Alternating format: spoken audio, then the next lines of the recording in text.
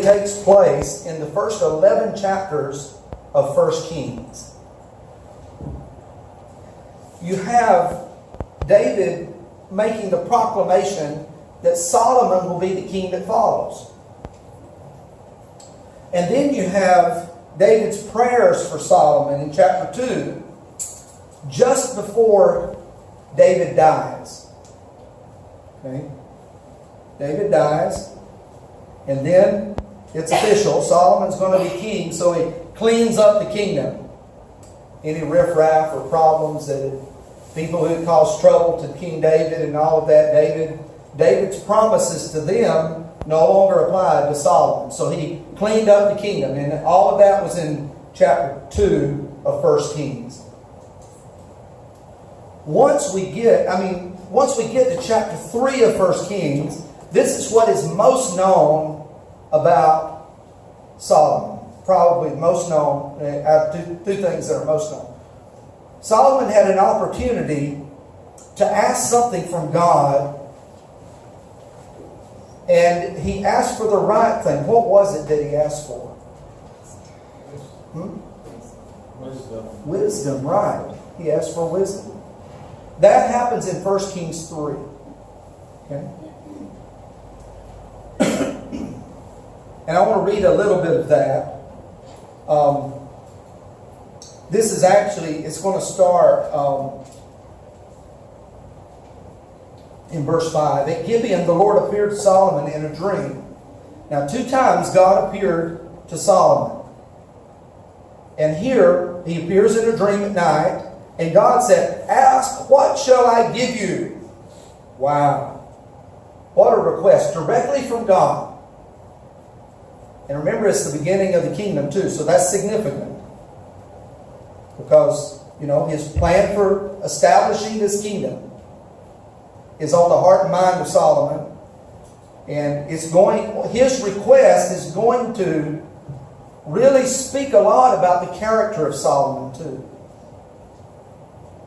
Ask what I shall give you in verse 5. Verse 6, Solomon said, "You've shown great mercy to your servant David my father, because he walked before you in truth, in righteousness and in uprightness of heart with you. You have continued this great kindness for him. You have given him a son to sit on his throne as it is this day. Now, O Lord my God, you have made your servant king instead of my father David. But I am a little child. I do not know how to go out or to come in. And your servant is in the midst of your people, whom you have chosen, a great people, too numerous to be numbered or counted." Verse 9, "Therefore give your servant an understanding heart to judge your people, that I may discern between good and evil. For who is able to judge this great people of yours?" The speech pleased the Lord, and Solomon had asked this thing. And God said, "Because you have asked this thing, and have not asked a long life for yourself, nor have asked riches for yourself, nor have asked the life of your enemies, but have asked for yourself understanding to discern judgment, behold, I have done according to your words. See, I have given you a wise and understanding heart, so that there has not been anyone like you before you, nor shall any like you arise after you. And I have also given you what you have not asked, both riches and honor, so that there shall not be anyone like you among the kings all your days.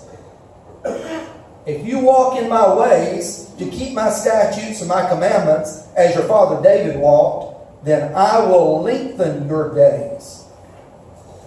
Then Solomon awoke. What a dream. He awoke. Indeed, it had been a dream. And he came to Jerusalem and stood before the ark of the covenant of the Lord, and offered up burnt offerings, offering peace offerings, and made a feast for all of his servants. Wow. Then you have the test case in chapter 3 there about the baby and that story, showing the wise judgment of the king. Okay. Now, the topic today is not so good. It's not so easy to preach. The topic is that Solomon did not fully follow the Lord.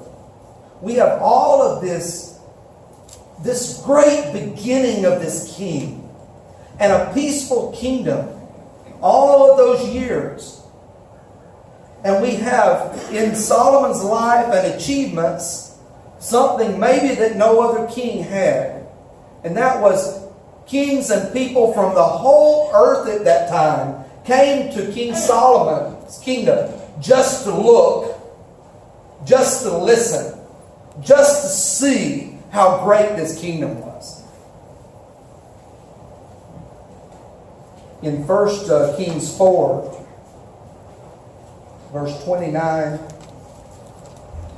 it says that God gave Solomon wisdom and exceedingly great understanding and largeness of heart like the sand on the seashore.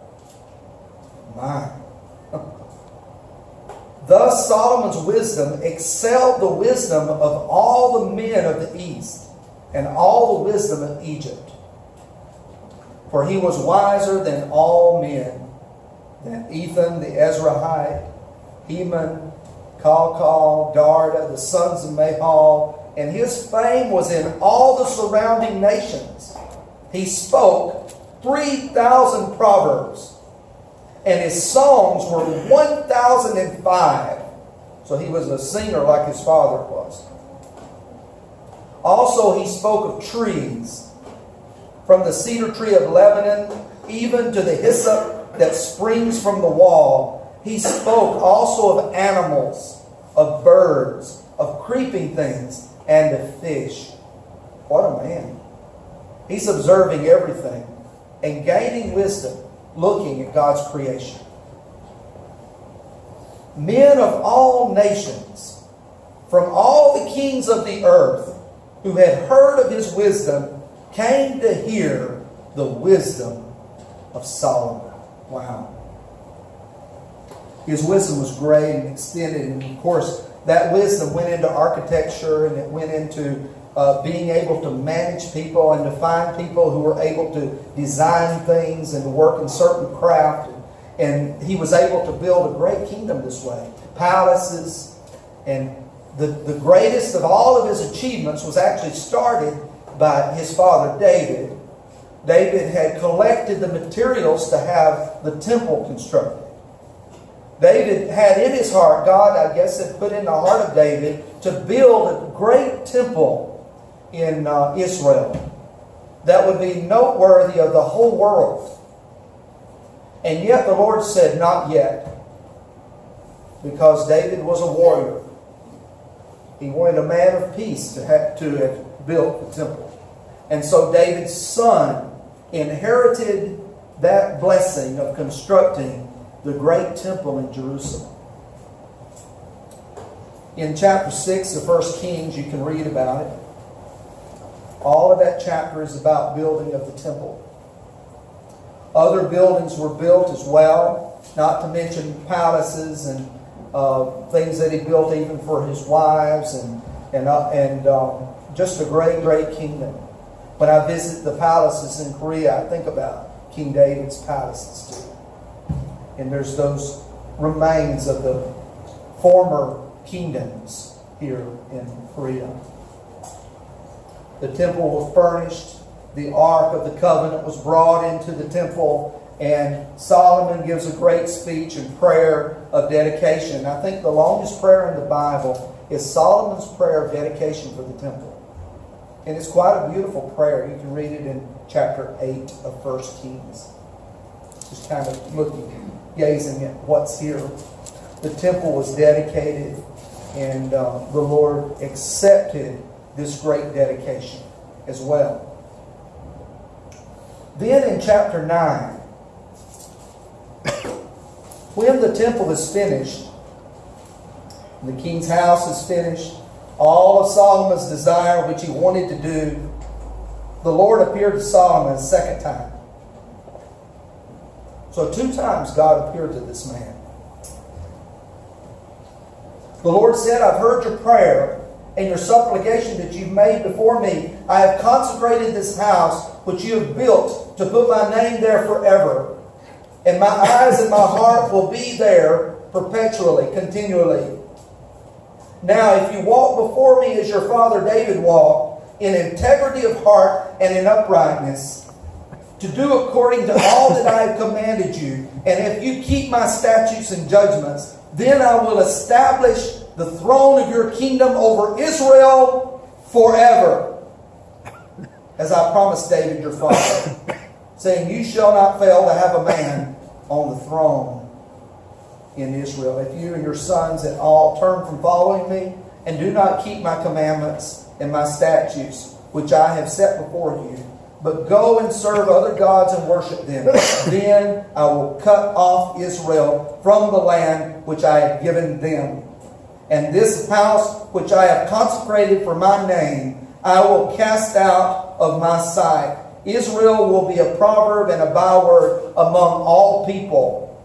And as for this house which is exalted, everyone who passes by it will be astonished and will hiss and say, why has the Lord done thus to this land and to this house? Then they will answer, because they forsook the Lord their God.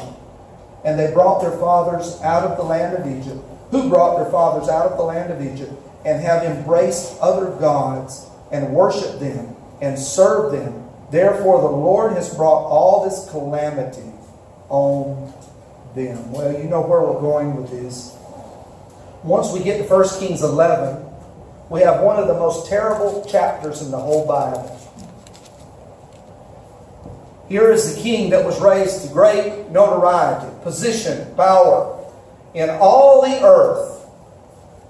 And yet in chapter 11, he falls to the lowest of the depths. Look at verse 1. King Solomon loved many foreign women, as well as the daughter of Pharaoh, women of the Moabites, Ammonites, Edomites, Sidonians, and the Hittites, from the nations of whom the Lord has said to the children of Israel, you shall not intermarry with them, nor they with you. Surely they will turn your hearts after their gods. Solomon clung to these in love, and he had 700 wives, princesses, 300 concubines, and his wives turned away his heart. For it was so that when Solomon was old, that his wives turned his heart after other gods, and his heart was not loyal to the Lord his God, as was the heart of his father David. For Solomon, and this is very specific about the problem that Solomon got into, what caused his downfall. Solomon went after Ashtoreth, the goddess of the Sidonians, and after Milcom, the abomination of the Ammonites. Solomon did evil in the sight of the Lord, and did not fully follow the Lord, as did his father David. Then Solomon built a high place for Chemosh.